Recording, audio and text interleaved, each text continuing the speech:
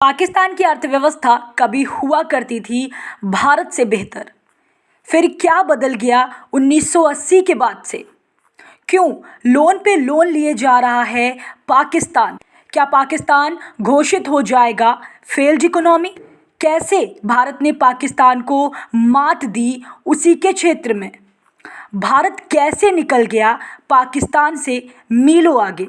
पाकिस्तान की अर्थव्यवस्था दिन प्रतिदिन बदतर होती जा रही है। इमरान खान की सरकार को लोगों ने इस उम्मीद से चुना कि वह पाकिस्तान को एक अच्छे रास्ते पर लेकर जाएंगे, परंतु उनके आने के बाद से पाकिस्तान की हालत और खस्ता हो गई है। आज हम बहुत आराम से इस बात पर गर्व महसूस कर सकते हैं कि भारत की अर्थव्यवस्था पाकिस्तान से बहुत आगे निकल चुकी है, परंतु यह सिचुएशन हमेशा से नहीं थी। अगर मैं आपसे बोलूं कि एक समय ऐसा था जब भारत की अर्थव्यवस्था पाकिस्तान से खराब थी और आर्थिक रूप से पाकिस्तान हमसे बहुत अधिक मजबूत था, तो शायद आपको इस बात से हंसी आएगी, लेकिन यह बात एकदम सत्य है। एक दौर में पाकिस्तान की अर्थव्यवस्था हमसे बहुत बेहतर कर रही थी और उस समय पर भारत यह जानने की कोशिश कर रहा था कि अपनी अर्थव्यवस्था को कैसे संभाला जाए। आप यह जानकर हैरान रह जाएंगे कि किस प्रकार से पाकिस्तान की अर्थव्यवस्था अर्श से फर्श पर आ गई और आज का समय है जहां पाकिस्तान को भारत बहुत पीछे छोड़ चुका है। तो किस शासक के गोल्डन पीरियड में पाकिस्तान की अर्थव्यवस्था भारत से भी बेहतर हो गई थी? आखिर वह क्या ऐसे कारण हैं जिनसे भारत पाकिस्तान से पीछे छूट गया था और फिर कैसे पाकिस्तान गर्व में जाना शुरू हुआ, जानेंगे हम इस वीडियो में। कहानी की शुरुआत होती है भारत और पाकिस्तान की आज़ादी के साथ। दोनों को एक साथ 1947 में आज़ादी मिली, परंतु समय पर दोनों की अर्थव्यवस्था जूझ रही थी। दोनों की इकोनॉमिक ग्रोथ बहुत कम थी और अंग्रेजों ने बहुत बुरे हालात में दोनों देशों को छोड़ा था। भारत और पाकिस्तान में सिर्फ और सिर्फ एक अंतर था और वह था स्टेबल सरकार का। भारत में एक स्टेबल गवर्नमेंट आ चुकी थी, जबकि पाकिस्तान शुरुआती कुछ सालों में ही 7 प्रधानमंत्री बदल चुका था। इतने सालों के स्ट्रगल के बाद पाकिस्तान के आर्मी जनरल ने बैटरी रोक लगा दिया और घोषणा की कि अब पाकिस्तान को आर्मी चलाएगी। सुनने पर आपको यह लगेगा कि सामाजिक रूप से यह फैसला लोगों के एकदम विरुद्ध था, पर यदि आर्थिक रूप से देखा जाए तो यह पाकिस्तान की अर्थव्यवस्था का गोल्डन पीरियड साबित हुआ। अयूब खान के मिलिट्री रूल लगाने के बाद पाकिस्तान की ग्रोथ की कहानी शुरू हुई। इस पूरी ग्रोथ की कहानी में 3 चीज़ों ने पाकिस्तान की बहुत मदद करी। आइए एक एक करके जानते हैं तीनों फैक्टर के बारे में। इनमें सबसे पहला और महत्वपूर्ण फैक्टर था रेलवे। अंग्रेजों ने भारत में रेलवे बनाई थी ताकि वह अपने व्यापार को और बेहतर कर सकें।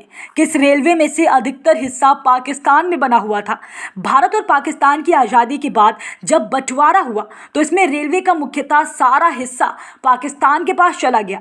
रेलवे जो कि ट्रांसपोर्ट का जलमार्ग के बाद सबसे सस्ता माध्यम होता है, उसका किसी देश में होना उस देश की आर्थिक प्रगति के लिए बहुत अच्छी चीज़ मानी जाती है। पाकिस्तान को इसी का फ़ायदा मिला। किसी भी प्रकार के सामान की ढुलाई और यात्रियों को लेकर आने जाने के लिए पाकिस्तान की रेलवे बहुत काम आई। पाकिस्तान की सरकार ने रेलवे के माध्यम से बहुत सारा मुनाफा कमाया, जिसका उपयोग करके उसने अन्य सेक्टर में पाकिस्तान की ग्रोथ करी।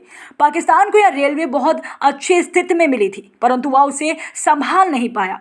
आज स्थिति एकदम बदल चुकी है और आज भारत का रेलवे पाकिस्तान से बहुत बेहतर हो चुका है।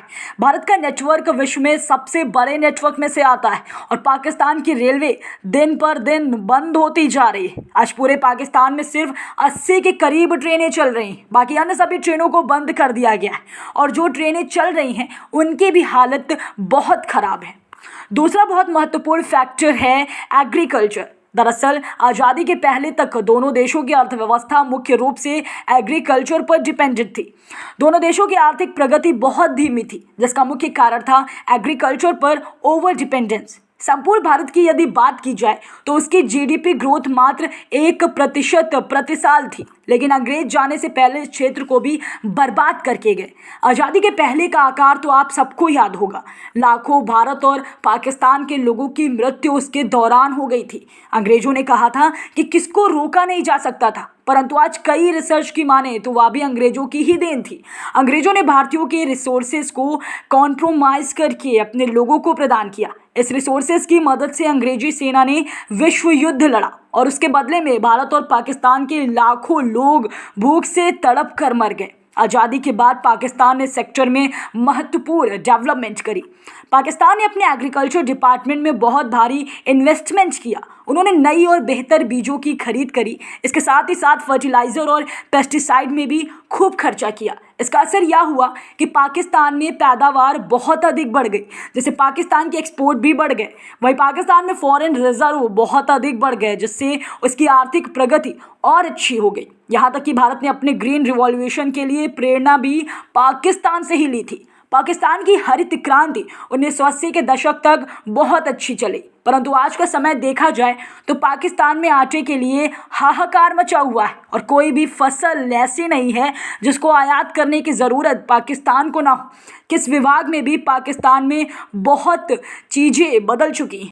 तीसरा और सबसे महत्वपूर्ण फैक्टर था हैवी इंडस्ट्रीज़ में निवेश। जनरल अयूब खान ने हैवी इंडस्ट्रीज़ पर फोकस करते हुए पाकिस्तान का इकोनॉमिक प्लान तैयार किया। किसी भी देश की प्रगति में हैवी इंडस्ट्रीज़ का बहुत बड़ा हाथ होता है और यही हमें देखने को मिला कि भारत की भी सेंट्रल प्लानिंग में भारत जब दूसरा 5 ईयर लिप लाइन लेकर आया तो इसमें महालनोबिस के मॉडल को फॉलो किया गया, जिसके अनुसार भारत में हैवी इंडस्ट्रीज़ में इन्वेस्टमेंट किया जाना था। इसी के बाद बड़ी बड़ी महारत्न और नवरत्न कंपनियां भारत में बनी, जिससे भारत की आर्थिक प्रगति हुई। वहीं पाकिस्तान ने भी इस दिशा में बहुत अच्छा काम किया था। उदाहरण के लिए पाकिस्तान की टेक्सटाइल्स इंडस्ट्री आज़ादी के बाद बहुत ज़बरदस्त हो गई थी। जनरल अयूब खान के आने के बाद टेक्सटाइल्स का एक्सपोर्ट बहुत ही तेज़ी से बढ़ा।